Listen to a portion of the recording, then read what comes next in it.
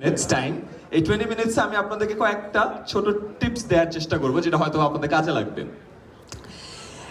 First thing, আমরা communicate করার ক্ষেত্রে একটা জিনিস সবসময় চিন্তা করি যে কি কি আমি চাই বলবো সেটা বলার।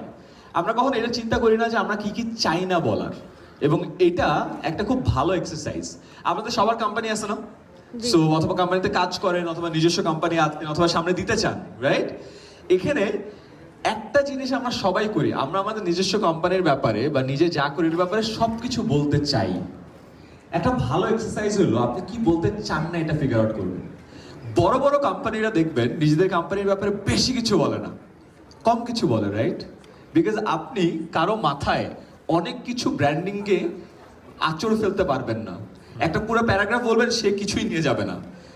একটা প্যারাগ্রাফ থেকে মানুষ একটা সেন্টেন্স হয়তো নিয়ে যাবে, একটা সেন্টেন্স থেকে হয়তো 2-4টা ওয়ার্ড নিয়ে যাবে। বেস্ট হয় যদি একটা শব্দ নিয়ে যেতে পারে। ইন মোস্ট কেসেস মানুষ একটা শব্দ মনে রাখতে পারে না। আজকের দিনটা একটা পারফেক্ট এক্সাম্পল।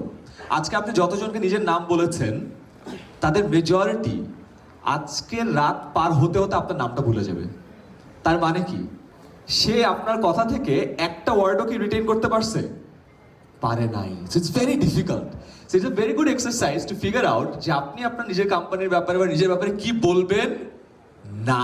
এটা আমরা কখনো এই প্র্যাকটিসটা করি না। সবসময় প্র্যাকটিস হয় যে কি কি বলবো, কি কি লিখবো, এবং সব কিছু বলার চেষ্টা করি। So that's a very good exercise.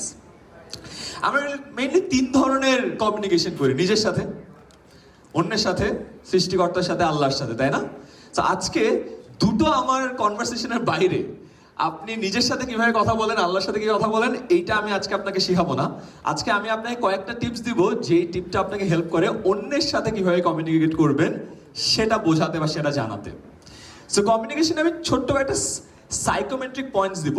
তার আগে আমি একটা এক্সাম্পল দেখাতে চাই।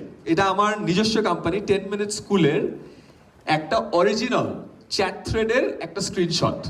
আপনারা সবাই যদি একটু পড়েন তাহলে বুঝতে পারবেন। সো এখানে একটা প্রশ্ন করা হয়েছে যে how are we doing compare to 11/11।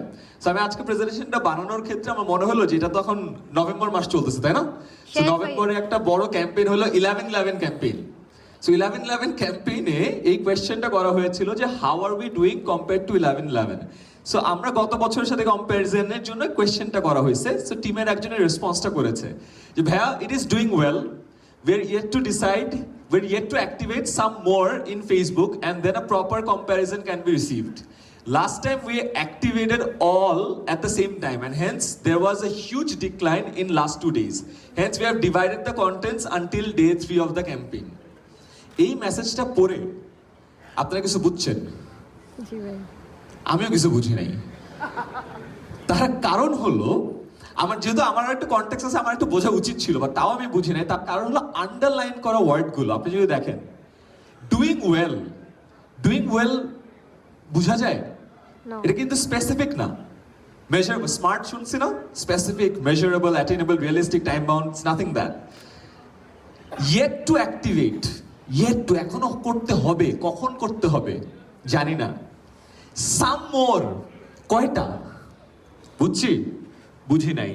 Last time, কোন time? All at the same time. Huge decline, কতটুকু decline? Divided the contents in how many parts. So basically যেটা করছে, যতগুলো জায়গায় স্পেসিফিক ইনফরমেশন দরকার ছিল সবগুলোতে ভেগ কন্টেন্ট দিছে। এরপরে তাকে ছোট একটা ট্রেনিং দেওয়া হয়েছে। সো তারপরে ও রেসপন্ড করছে। এটা একটু এখানে ফেটে গেল। আমি আপনাকে তো পড়ে শোনাই। Basically we are yet to generate 19,100 in the first 2 days. তারপরে প্রতিটা নাম্বার দেয়া আছে। কেন এই জিনিসটা বললাম? বিকজ আগের লাইনের কোনো কিছু আমি বুঝতে পারিনি, এই জন্য উপরে একটা হেডলাইন দেখেন, অবজেক্টিফাই দ্য অ্যাডজেক্টিভস। অ্যাডজেক্টিভ কি? বিশেষণ পদ। যে পদ বিশেষ সর্বনামের দোষ, গুণ, অবস্থা, সংখ্যা, পরিমাপ এসব প্রকাশ করে। এবং এগুলো যদি আপনি অবজেক্টিভলি না লিখেন, আপনি যার সাথে কমিউনিকেট করছেন সেই কিছু বুঝতে পারবে। ফর এক্সাম্পল, আজকে সেশনের পর আমাকে জিজ্ঞাসা করলো যে আপনার সেশনে কেমন লাগে। আমার কাছে বেশ ভালোই লেগেছে, আমি বুঝতে পারবো। বা আপনাকে জিজ্ঞাসা করলাম কেমন লাগছে, খারাপ না, বেশ ভালোই ছিল। অর্গানাইজার কিছু বুঝবে যে আসলে কতটুকু ভালো লাগছে। আপনি যদি স্পেসিফিক্যালি বলেন যে আচ্ছা গত বছরের বিটপা, এই বছরের বিটপা এইটা ভালো ছিল, এবার এটা আরো এইটুকু ভালো হয়েছে, 8-এ আমি গতবার 10-এ 8 দিছিলাম, এবার 10-এ 9 দিব, তাহলে কি স্পেসিফিক হবে না? So that's very important. Next, আমার কাছে মনে হয়েছে এই জিনিসগুলো অ্যাভয়েড করা উচিত।